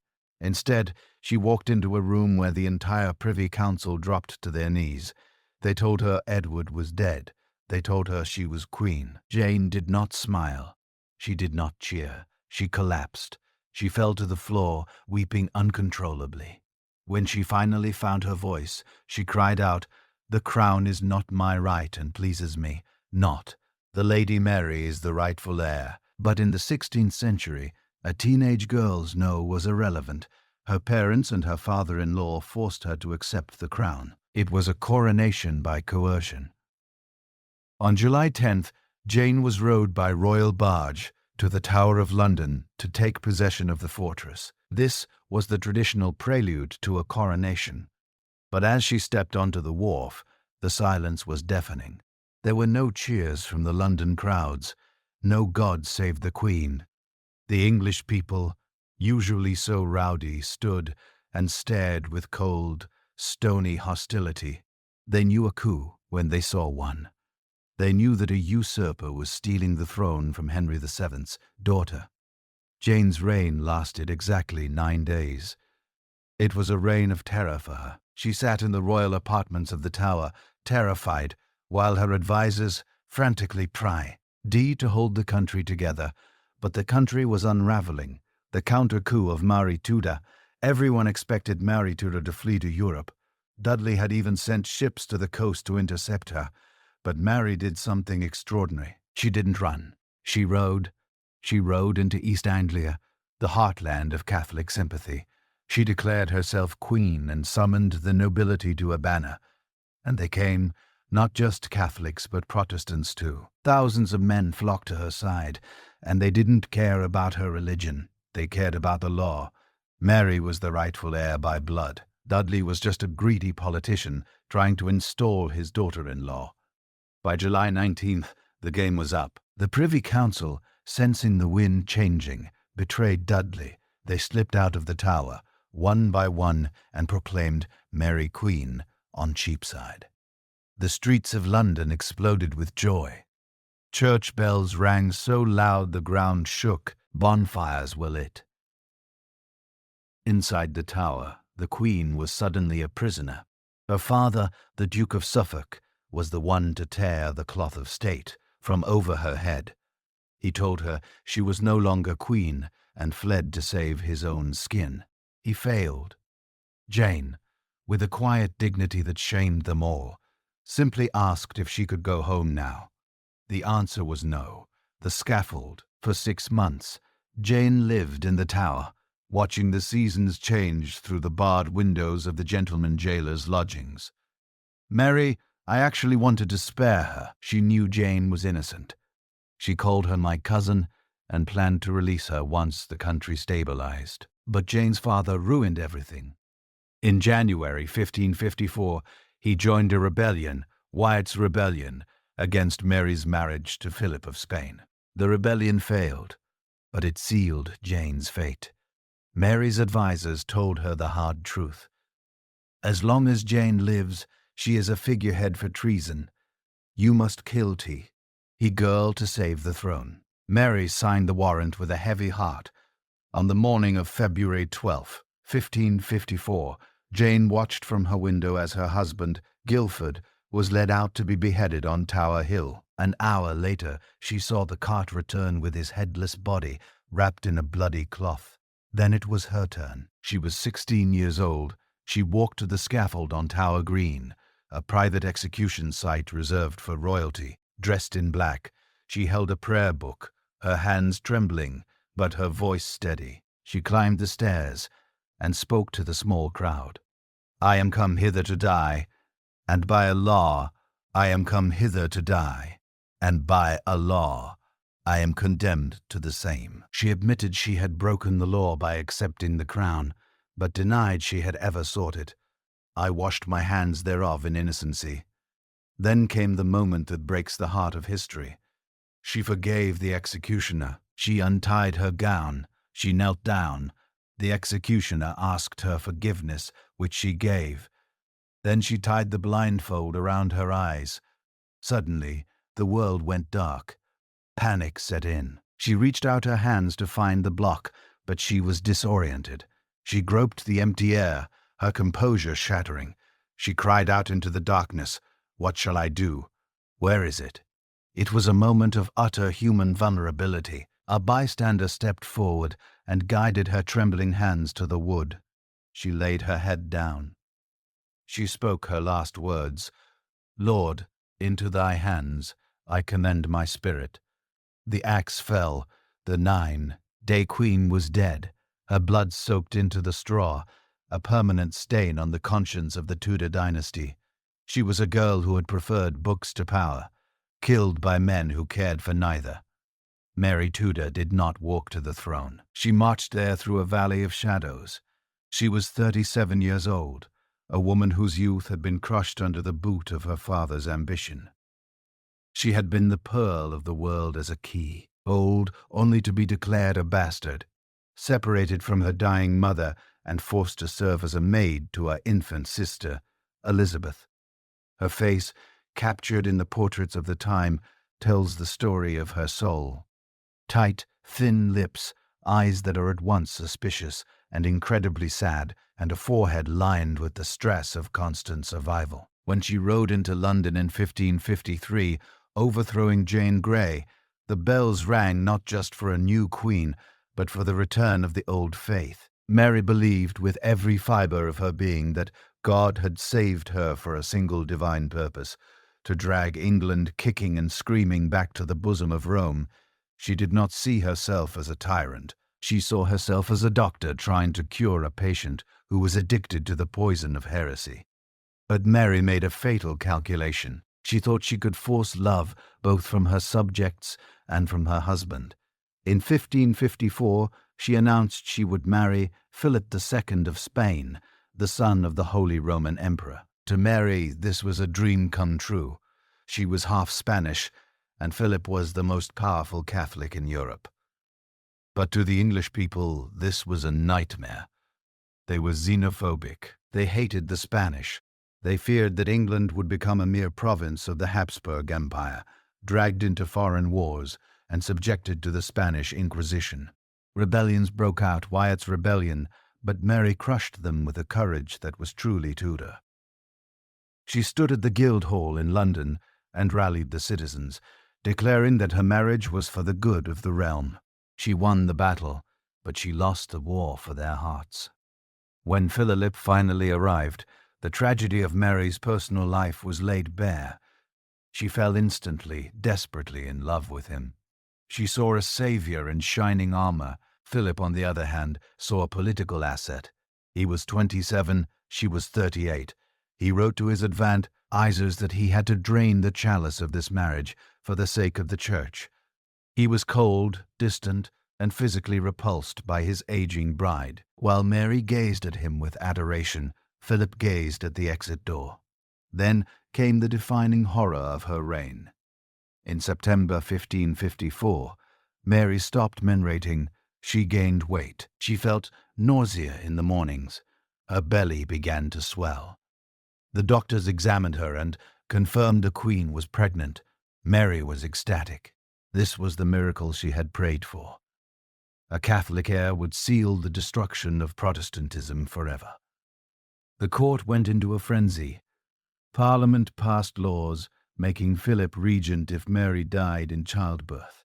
The nursery was painted. Elaborate cradles were carved. Letters were written to the Pope and the kings of Europe announcing the imminent arrival of a prince. 9 months passed. The due date in June 1555 arrived. The bells of London were ready to ring. Mary withdrew to her chamber to give birth. But nothing happened. July came. Still no baby. Mary sat on the floor of her room, rocking back and forth, praying to God to release the child. She believed God was punishing her because there were still heretics burning in England, so she ordered the fires to burn hotter. August came. The swelling in her belly suddenly receded. Her stomach flattened. There was no child. There never had been. It was a phantom pregnancy. Pseudoasis. Her desperate desire for a child had tricked her body into mimicking pregnancy. The humiliation was absolute. The cradle remained empty. The wet nurses were sent home. The ambassadors wrote snide letters about the deluded old woman, and Philip, he packed his bags. He left for Flanders a few weeks later, leaving Mary alone in a cold bed, cradling nothing but her own shame. Broken-hearted and bitter, Mary turned her pain outward. If she could not birth a Catholic future, she would burn the Protestant past. The persecution began in earnest. Mary revived the old heresy laws. The skies over Smithfield, a market area in London, turned black with the smoke of burning human fat. It was a spectacle of medieval horror. First, she went for the leaders. Bishops Latimer, Ridley, and eventually the architect of the English Reformation himself, Thomas Cranmer, were burned at the stake. Cranmer, who had initially recanted his Protestantism to save his life, found his courage at the end. As the fire rose around him, he thrust his right hand, the hand that had signed his recantation, into the flames first, crying out, "This hand hath offended." But Mary didn't stop at the bishops.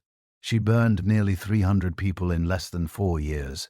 These were not all powerful men. They were blacksmiths, weavers, blind women, and even a pregnant woman whose baby burst from her womb in the heat of the fire, only to be thrown back into the flames. Mary earned the nickname Bloody Mary, not because she killed more people than her father. Henry VIII killed far more, but because of how she killed them. Henry beheaded people for treason, a political crime. Mary burned them for heresy, a thought crime.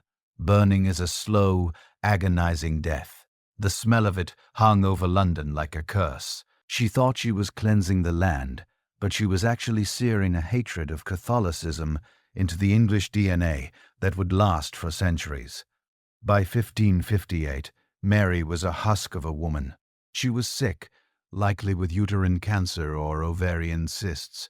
Her husband Philip had dragged England into a war with France, and the result was a catastrophe. In January 1558, the French captured Killala, the last English foothold on the continent. It had been English for 200 years. Its loss was a national disgrace. Mary famously whispered, "When I am dead and opened, you shall find Killala lying in my heart." In November 1558, as she lay dying at St. James's Palace, Mary had to face the ultimate failure. She had no child. Her husband was in Spain. The fires had not converted the people, and waiting in the wings was her half-sister, Elizabeth, the daughter of the witch, Anne Boleyn, a Protestant who would undo everything Mary had done. Mary forced herself to name Elizabeth as her heir, begging her only to keep the Catholic faith. Elizabeth made no such promise. "Mary, I died on November 17th, 1558. She was 42 years old. She had reigned for 5 years. She wanted to be the Virgin Mary who saved England. Instead, she became the cautionary tale, the wicked queen of nursery rhymes. Her tragedy was that she loved a God who seemed to hate her, and she loved a husband who could not stand her. As her coffin was carried away, the smoke of the Smithfield fires finally cleared, and England took a deep breath, ready for the golden sun of Elizabeth. On September 7th, 1533, at Greenwich Palace, Henry VIII awaited for a son. He had torn England apart, executed his friends, and broken with the Pope to clear the way for this birth. The astrologers had promised a prince.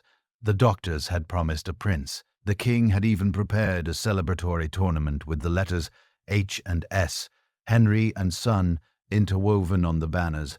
But when the child emerged, it did not have the necessary equipment. It was a girl. Henry's reaction was not fatherly disappointment. It was a kindly tantrum. He cancelled the tournament. He refused to attend the christening.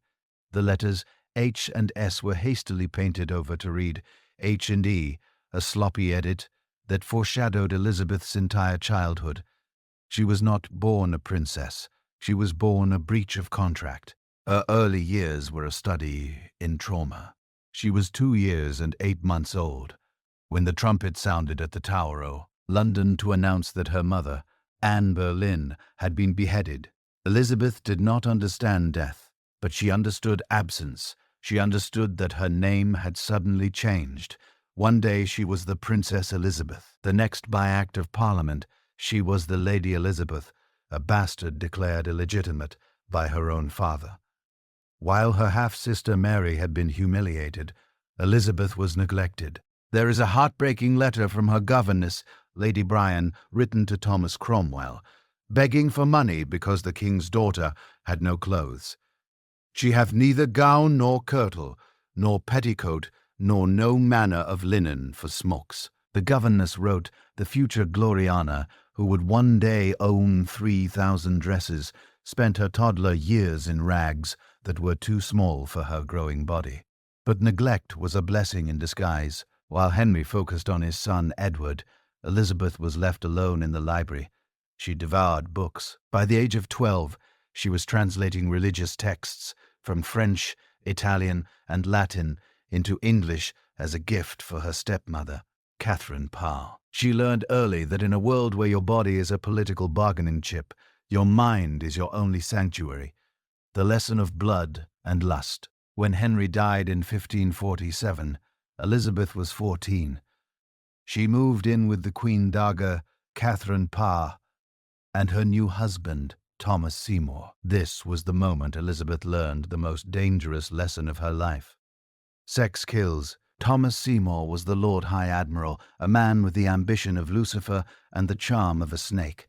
He began a campaign of grooming the teenage princess. He would burst into her bedroom in the morning, in his nightshirt, tickling her in her bed, slapping her on the buttocks.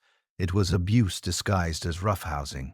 Catherine Parr, blinded by love for her husband, initially laughed it off, even joining in on one occasion, but eventually the Queen saw the truth, finding Elizabeth in Seymour's arms, and sent the girl away. When Catherine Parr died in childbirth, shortly after, Seymour turned his full predatory attention to Elizabeth, intending to marry her to seize power. But the council caught him. Seymour was arrested for treason. The interrogators came for Elizabeth. They wanted her to admit she was part of the plot. They grilled the 15-year-old girl for weeks, trying to trap her. But Elizabeth, young as she was already a master politician. She gave them nothing. She spun circles around seasoned lawyers with her words, admitting everything that didn't matter and nothing that did. When Seymour was beheaded on Tower Hill, Elizabeth reportedly stared out the window and delivered a eulogy that was as cold as ice.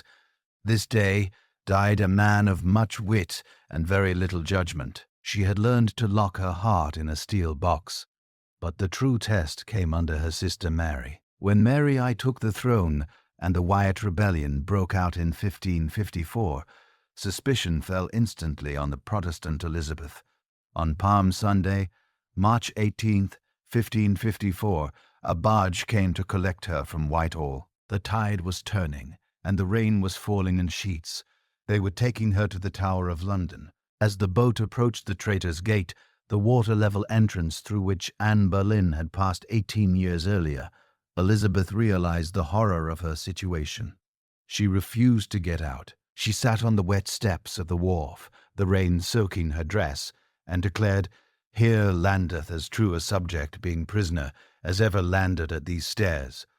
She was locked in the bell tower. For 2 months she lived in the shadow of the axe. She could hear the workmen building scaffolds for other rebels. She saw her childhood friend Robert Dudley, the future Earl of Leicester, imprisoned in the tower opposite. Every time footsteps approached her door, she braced herself for the executioner.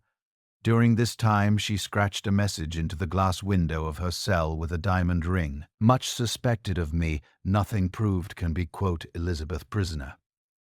It was her mantra. Survive, deny, wait. Mary wanted to kill her. The Spanish ambassadors urged Mary to kill her, but they had no proof. Elizabeth was too smart to write anything down. She played the role of the innocent pious sister perfectly, even attending Catholic Mass and pretending to convert. Mary, frustrated and dying of cancer, eventually had to release her. The end of the darkness came on November 17th, 1558. Elizabeth was at Hatfield House, sitting under an ancient oak tree in the park, reading a book. Legend says it was the Greek New Testament. She heard the sound of hoofbeats thundering up the drive. It was the lords of the council. They approached the 25-year-old woman, dropped to their knees in the autumn mud, and presented her with the coronation ring that had been pulled from Mary's dead finger. Elizabeth did not scream. She did not dance. She fell to her knees, her breath catching in the cold air. She spoke a line from Psalm 118, "A domino facist, at est mirabile in oculis nostris." This is the Lord's doing, and it is marvelous in our eyes. The unwanted daughter, the bastard, the prisoner was now Elizabeth. The she had survived the wolves. Now she would show them what a lioness looked like. Elizabeth faced I understood something that her father, brother, and sister never grasped. Being a monarch is a job, but being a queen is a performance. When she took the throne in 1558, England was a bankrupt, divided backwater. The superpowers of Europe, France and Spain, looked at this 25-year-old woman and saw an appetizer. They assumed she would marry immediately. A woman, after all, could not rule alone. She needed a husband to handle the sword while she handled the needlework. Parliament begged her to marry. They presented her with lists of suitors. King Philip II of Spain, her dead sister's husband, which was creepy but politically convenient. Prince Eric of Sweden, the Archduke Charles of Austria, even her own favorite, Robert Dudley, the Earl of Leicester. The tall, dark, and handsome horseman, who was likely the only man she ever truly loved, waited in the wings. But Elizabeth saw a trap that no one else saw. If she married a foreign prince, England would become a vassal state, dragged into foreign wars, just as Mary had done. If she married an English nobleman like Dudley, it would ignite a civil war among jealous rivals. Marriage was not a partnership. It was a surrender of sovereignty. So Elizabeth did the unthinkable. She turned her greatest liability, her gender, into her greatest weapon. She declared, "I will have but one mistress here and no master." She invented a new brand, the Virgin Queen. This was not about religious piety. It was political genius. She took the void left by the destruction of the Virgin Mary during the Reformation and filled it with herself. She became the secular goddess of England. She married her country. In portraits, she was painted holding a sieve, a symbol of virginity, or standing on a map of England. She wore pearls, thousands of them, symbolizing purity. She became Gloriana, the ageless, timeless mother of the nation. This branding allowed her to play the diplomatic game of the century. For 20 years, she dangled herself as bait to the most powerful men in Europe. She accepted their gifts, danced with their ambassadors, and wrote them affectionate letters. She kept the King of Spain hoping, the King of France guessing, and the princes of Sweden dreaming. This marriage game kept England safe, where the foreign kings were busy trying to woo her. They weren't attacking her. It was diplomacy, by flirtation, a masterclass in procrastination. Domestically, she applied the same pragmatic genius to religion. After the whitewashed austerity of Edward and the burning stakes of Mary England was exhausted, Elizabeth refused to be a fanatic. She established the Elizabethan settlement, creating a Church of England that was a hybrid monster, Protestant in doctrine, but Catholic in appearance. The services were in English, but the priests wore vestments. The Pope was out, but the candles were in. When hardliners demanded she hunt down secret Catholics, Elizabeth famously refused. "I have no desire to make windows into men's souls," she said, "as long as you paid your shilling fine and showed up to church on Sunday." She didn't care what you whispered in the dark. It was a peace bought with ambiguity, a middle way via media that saved England from the religious civil wars, tearing France apart. But the creation of Gloriana came at a terrible physical cost. To be an immortal goddess, one cannot age, one cannot have wrinkles, one cannot have scars.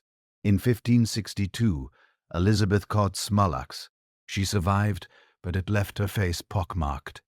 To hide the scars and maintain the illusion of celestial whiteness, she began to paint her face with Venetian hues. This was a thick paste made of white lead and vinegar. It gave her skin the flawless, ghostly porcelain look that dazzled the court by candlelight. But lead is poison. Slowly over decades, the makeup ate into her skin, turning it gray and pitted.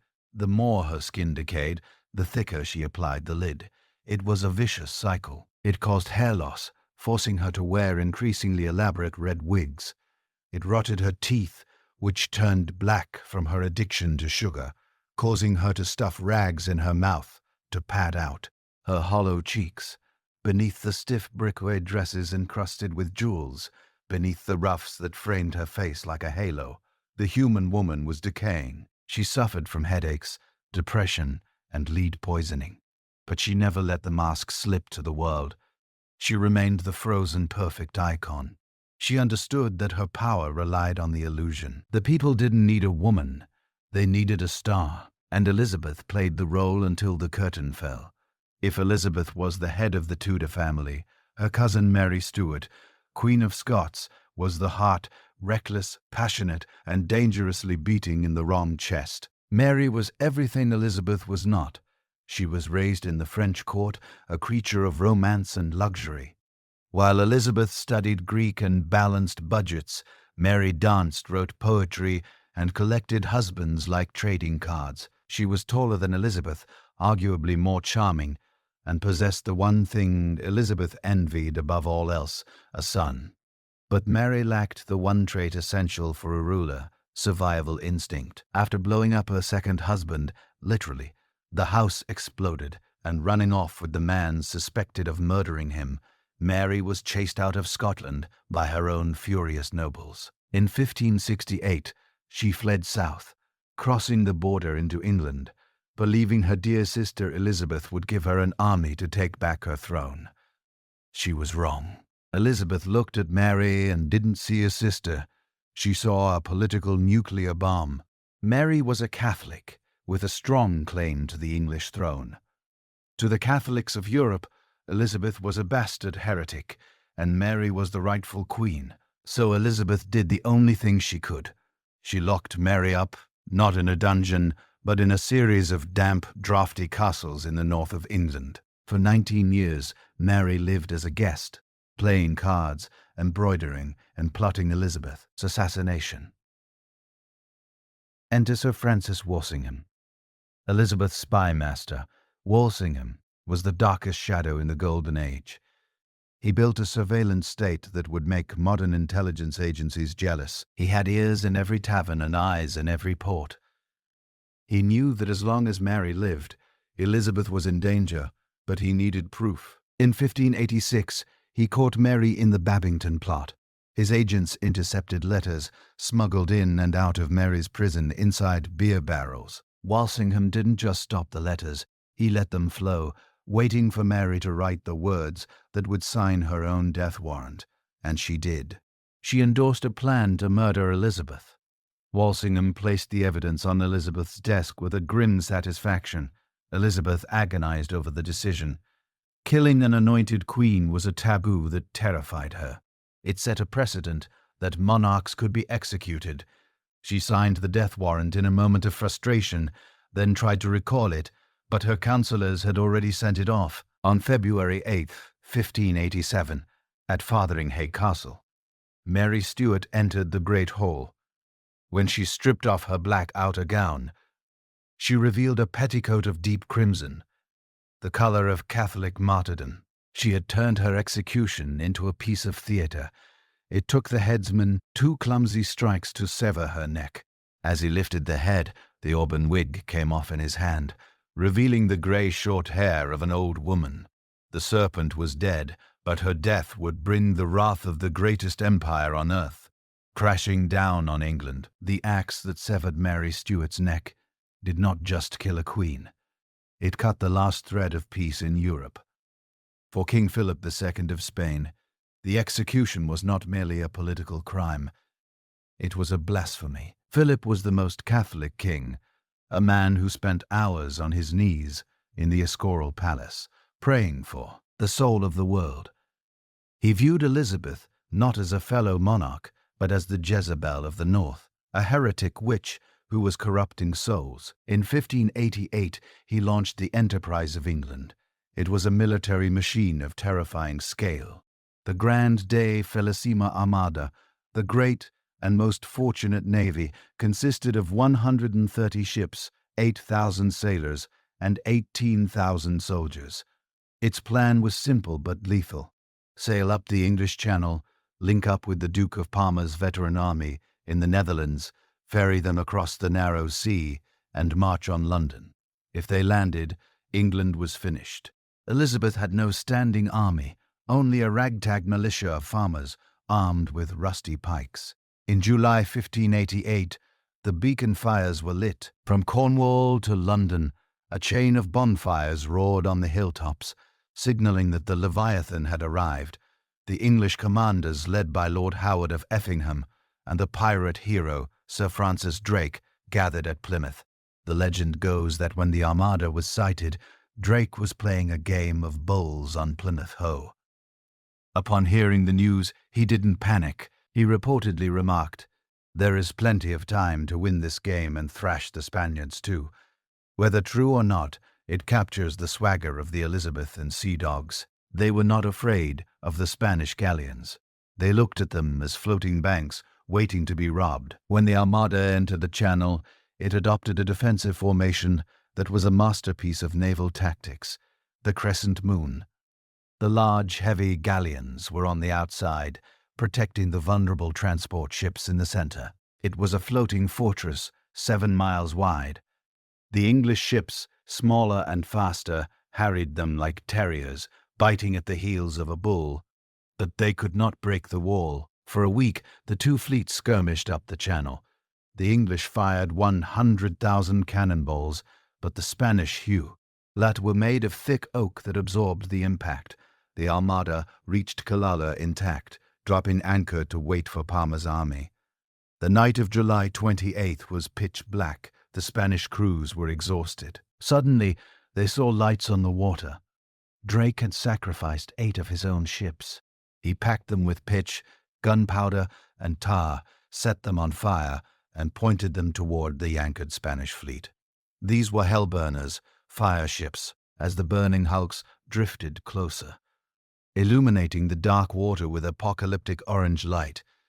Panics swept through the Spanish fleet. They remembered the Hellenas of Antwerp years before, which had exploded with enough force to vaporize men. Terrified, the Spanish captains cut their anchor cables. It was chaos. The disciplined crescent formation shattered. Ships collided with each other in the dark. They scattered into the open sea, leaderless and vulnerable. At dawn, off the coast of Gralines, the English wolves pounced. Without their formation, the English wolves pounced. Without their formation, the Spanish galleons were sitting ducks. The English ships moved in close within 100 yards and unleashed hell. They didn't aim for the masts. They aimed for the hulls. Blood ran out of the scuppers of the Spanish ships. By the afternoon, the invincible Armada was beaten, drifting north into the treacherous North Sea. While the battle raged at sea, Elizabeth went to war on land. She knew that if the fleet failed, she was the last line of defense. On August 9th, she rode out to the troops assembled at Tilbury. She did not dress as a queen. She dressed as a commander. She wore a white velvet dress with a silver breastplate over her bodice. She rode a white jelling. She looked like a Valkyrie. Her speech that day is one of the greatest pieces of political rhetoric in human history. She stripped away the gender prejudice of her age and turned it into strength. Men, we loving people, I am come amongst you to lay down for my God and for my kingdom and my people, my honor and my blood, even in the dust. I know I have the body of a weak and feeble woman, but I have the heart and stomach of a king and of a king of England, too, and think foul scorn that Parma or Spain or any prince of Europe should dare to invade the borders of my realm. The soldiers roared. They were ready to die for this woman, but the final blow was not struck by cannons. It was struck by the weather. As the crippled Armada tried to sail home by going around Scotland and Ireland, a ferocious Atlantic storm struck. The Spanish called it a disaster. The English called it the Protestant wind. God, it seemed, was an Englishman. The Spanish ships were smashed against the rocky coasts of Ireland. Thousands of sailors drowned. Those who washed ashore were butchered by the locals or executed by English soldiers. Of the 130 ships that left Spain, only 67 returned, carrying crews who were dying of starvation and typhus. When King Philip II heard the news, he did not rage. He simply stared at the floor and said, "I sent my ships to fight against men, not against the winds and waves of God." The victory changed the world. England was no longer a rogue state. It was a superpower. The psychological grip of Spain was broken. Elizabeth was deified. She struck medals with the Latin inscription Flave Jehovah Adipati Sunt. God breathed and they were scattered. The Virgin Queen had protected her island. She was the mistress of the tides. Victory over the Armada was the climax of the Tudor story. But tragedies do not end at the climax. They end in the quiet, painful decay that follows. Elizabeth lived for another 15 years after 1588, but Gloriana was slowly dying. The 1590s were the years of the disenchantment. The great men who had held the throne up, Leicester, Walsingham, Burleigh, began to die. One by one, leaving the Queen alone in a court filled with a new generation. These young men, with their ruffs and their rapier wit, did not look at Elizabeth with the reverence of the old guard. They looked at her with impatience. They saw a cranky, toothless old woman, painted with an inch of lead makeup, refusing to let go of power. Among them was Robert Devo, Earl of Essex. He was the stepson of her beloved Leicester, a man 30 years her junior. He was arrogant, handsome, and dangerous. Elizabeth, desperate for a reflection of her lost youth, indulged him. She played the game of courtly love with him. But Essex forgot the rules. He thought the Queen was weak. In 1599, Elizabeth sent Essex to Ireland to crush a rebellion. Instead of fighting, he wasted money, denied his friends a royal privilege, and made a humiliating truce. When Elizabeth wrote him a furious letter, Essex panicked. He abandoned his post and rode straight to Nonsuch Palace. Early on the morning of September 24th, Essex burst into the Queen's private bedchamber. It was the ultimate violation. Elizabeth had not yet put on her face. She was wigless, her grey hair hanging in wisps, her wrinkles exposed, her black teeth visible. For a moment, the two stared at each other, the young, ambitious man and the naked, decaying reality of the monarchy. The spell was broken. Essex had seen the wizard behind the curtain. Elizabeth ordered him out, but the damage was done. Essex, convinced that the Queen was senile, launched a rebellion in 6001. He marched through London with swords drawn, hoping the people would rise up to support him. They did not. The Londoners stayed behind their shuttered windows. They loved their old Queen more than this spoiled boy. Essex was captured. Elizabeth signed his death warrant with a shaking hand. It was the hardest execution of her life. She was killing the last person she loved. When the axe fell on Essex inside the tower, it severed Elizabeth's connection to the world. She fell into a deep, unshakable melancholy. By the winter of 6002, the Queen was fading. She stopped eating. She sat on cushions on the floor for days, staring at a spot on the wall, refusing to go to bed. Her ladies begged her to lie down, but she snapped at them. If you were in the habit of seeing such things in your bed as I do, when in mine, you would not persuade me to go there. She was terrified that if she lay down she would never get up. Her coronation ring, the gold band she had placed on her finger 45 years ago, as a symbol of her marriage to England, had grown into her flesh. Her hands were so swollen that the ring had to be filed off. It was a gruesome symbolic end to the union. On March 24th, 603, the breath finally rattled out of her body. She was 69 years old. As soon as she was dead, a courtier named Robert Carey slipped out of the palace. He rode north, galloping day and night, exhausting horses, desperate to be the first to bring the news to Edinburgh. He arrived at Holyrood Palace, bloodied and bruised, and knelt before King James V, VI of Scotland. "The Queen is dead," he said. "Long live the King."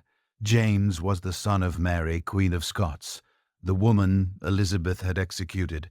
The wheel of fortune had turned a full circle. The Tudor had spent a century trying to eliminate rival claimants, trying to secure their bloodline, trying to defy biology. In the end, the crown passed to the son of their greatest enemy. The House of Tudor was extinct, the red and white rose withered. But in the soil where they had ruled, they left behind a nation that was no longer an island of sheep farmers, but an empire ready to devour the world. The dynasty was dead. Modern England had just been born, and so after 118 years, the curtain fell on the House of Tudor. 5 monarchs, 3 generations, countless executions. Countless executions. They began with a crown found in a bush and ended with an empire that spanned the globe.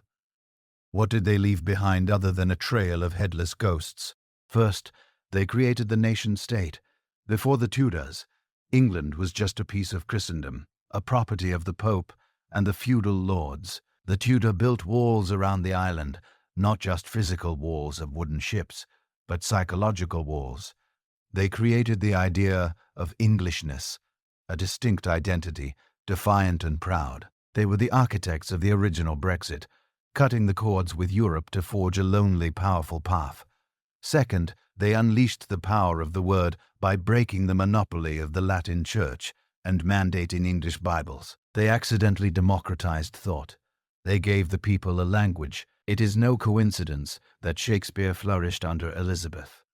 The Tudor provided the dramatic material, the wars, the betrayals, the tyrants, and the English language provided the stage. But their most profound legacy is a lesson on the futility of control. Henry VII tore the world apart to get a son. He married 6 times, killed 2 wives, and broke with Rome, all for a male heir. And what happened?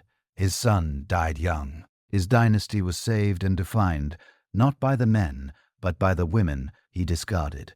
Elizabeth Ishies, the unwanted daughter, became the greatest monarch in English history. It is a cosmic irony that surely makes Henry spin in his grave.